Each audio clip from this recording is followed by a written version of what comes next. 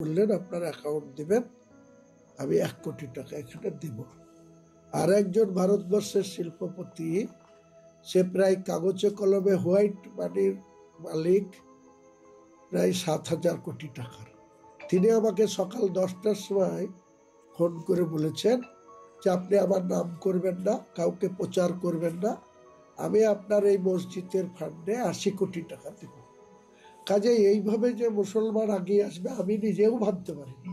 আমি ভেবেছিলাম যে আমি ধীরে ধীরে হবে, বা টাকার সংস্থান আমাকে বারবার মানুষের কাছে অনুরোধ করতে হবে, আপিল করতে হবে, তারপরে হবে। আজকে যেভাবে মানুষ সাড়া দিয়েছে, তাতে আমার এই যে হসপিটাল, মেডিকেল কলেজ, বিশ্ববিদ্যালয়, হেলিপ্যাড, পার্ক এবং হোটেল কাম রেস্তোরাঁ, টোটাল 300 কোটি টাকার মতো বাজেট। আমার ধারণা